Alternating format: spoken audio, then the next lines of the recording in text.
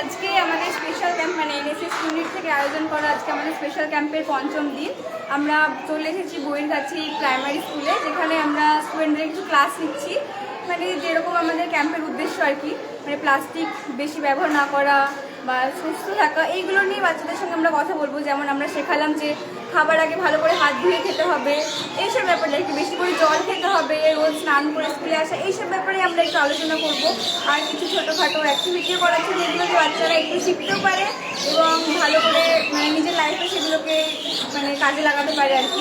Plastic যেগুলো কম ব্যবহার করে, বেশি করে জল খায়, এগুলোই আমরা শেখাচ্ছি। আর আমরা চাই যে আমাদের এই ক্যাম্পের যে উদ্দেশ্যটা সেটা সফল হোক। Thank you.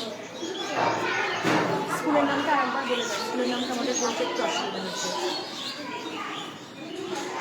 স্কুলের নাম এই যে এটা দেখিয়ে দাও, তাহলেই হবে। বইয়েরগাছি বিএসএস, বলো যে স্কুলের নাম। আমরা বইয়েরগাছি বিএসএসপি বিদ্যালয়ে এসেছি, প্রাইমারি স্কুলে, যেখানে আমরা এই ক্যাম্পটা করছি। পরে হয়তো আমরা আবার এখানে আসবো এবং বাচ্চাদের আরও নতুন কিছু শেখাবো, আমরা সেই আশাতেই থাকবো। Thank you.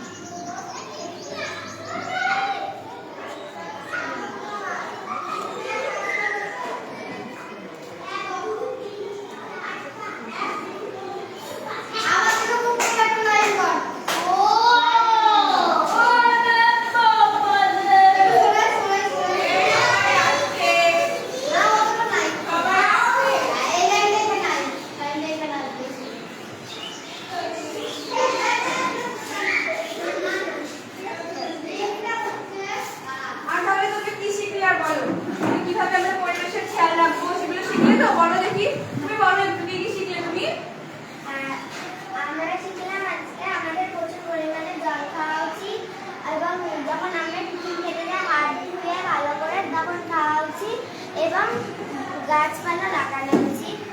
একটি গাছ একটি প্রাণ, তার জন্য আমাদের প্রচুর পরিমাণে গাছ লাগাবো, জল দেবো, গাছের যত্ন করতে হবে। তার জন্য আমাদের যদি আমাদের বাড়িতে তুলসী গাছ বা নানা ধরনের গাছ না থাকে, তাহলে আমাদের প্রাণ যেতে পারে। তার চারিধারে কুকুর বিড়াল নানা ধরনের প্রাণীদেরও জীবন যেতে পারে। আর নিজের খেয়াল কিভাবে রাখবে? আর বাইরে চিপস কুরকুরে খাওয়া যাবে না, ওগুলোতে নানা ধরনের কেমিক্যাল মিশানো থাকে। আর এবং বেশি করে জল খাওয়া উচিত। আর কি বললাম? স্নান করে আসতে হবে। প্রত্যেকদিন স্নান করে আসা উচিত। হাত ধুয়ে প্রত্যেকদিন পরিষ্কার পরিচ্ছন্ন ড্রেস পরে আসা উচিত স্কুল। আর এখানে আবার প্লাস্টিকও ফেলবে না। এখানে প্লাস্টিক ফেলা চলবে না। ঠিক আছে, বেশ। তাহলে তোমরা সবাই শুনবে তো কি কি করতে বললাম? ঠিক আছে। হ্যাঁ?